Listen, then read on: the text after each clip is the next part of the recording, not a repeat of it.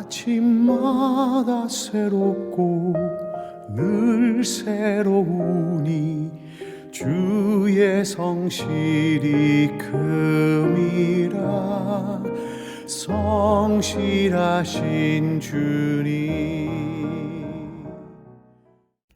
오늘의 말씀은 민수기 22장 12절과 18절 말씀입니다. 하나님이 발람에게 이르시되 너는 그들과 함께 가지도 말고 그 백성을 저주하지도 말라. 그들은 복을 받을 자들이니라.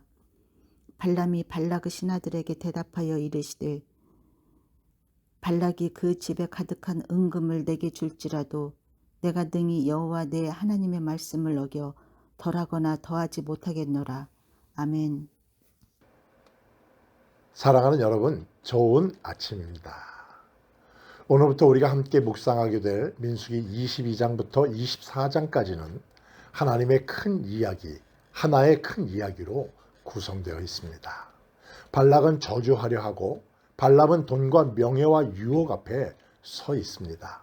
이스라엘은 아무것도 모른 채 광야에 진을 치고 있는 그런 상황에서 벌어지는 해프닝입니다. 그런데 보이지 않는 자리에서 하나님은 저주를 축복으로 바꾸시고 일을 하고 계셨습니다. 사람이 말로 저주하려 해도 하나님은 그 일을 막으셨고 축복의 통로로 사용하셨습니다. 이 단락의 큰 흐름은 우리에게 주고 있는 메시지는 분명합니다. 사람은 저주하려 하지만 하나님은 축복을 멈추지 않으신다. 이것이 민수기 22장부터 24장의 중심 메시지입니다. 이스라엘은 완전한 백성이 아니었습니다. 원망도 했고 불순종도 했습니다.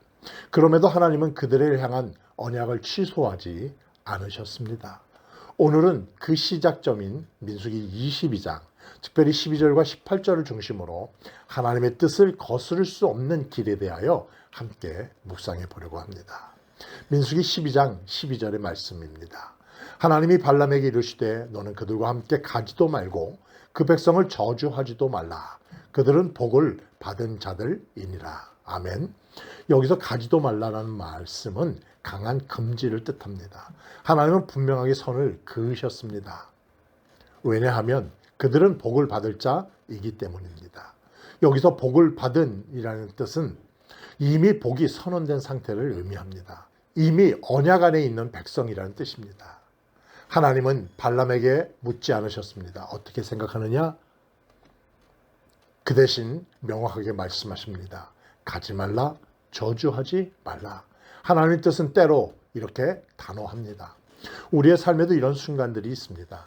이미 말씀으로, 양심으로, 상황으로 분명히 막으셨는데도 불구하고 우리는 하나님께 다시 묻곤 합니다. 정말 안 됩니까? 하고 말입니다. 그러나 하나님이 막으시는 길에는 다 이유가 있습니다.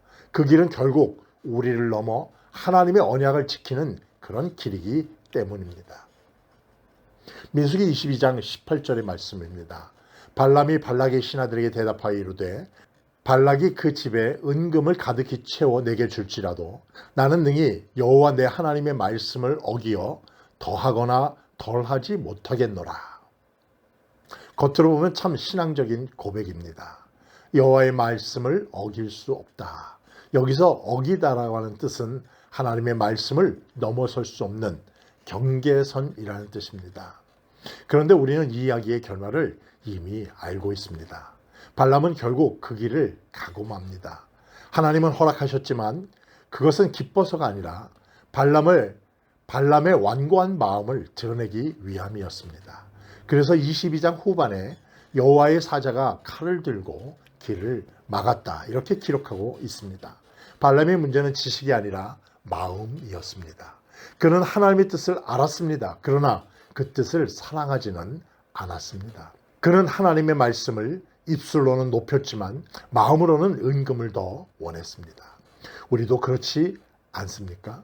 말씀은 압니다. 설교도 듣습니다. 원어의 뜻도 공부합니다. 그런데 그 말씀이 내 욕망보다 더 소중하게 여겨지십니까? 내 선택의 기준은 뭡니까? 하나님의 뜻을 걸을 수 없는 길은 결국 하나님을 더 사랑하는 길밖에 없습니다. 여기에서 우리가 반드시 기억해야 할 것은 이것입니다.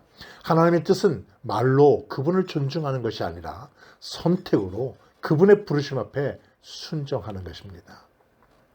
발람은 불완전했습니다. 그의 동기는 혼합이 되어 있었고 마음은 흔들렸습니다. 그러나 하나님의 언약은 흔들리지 않습니다.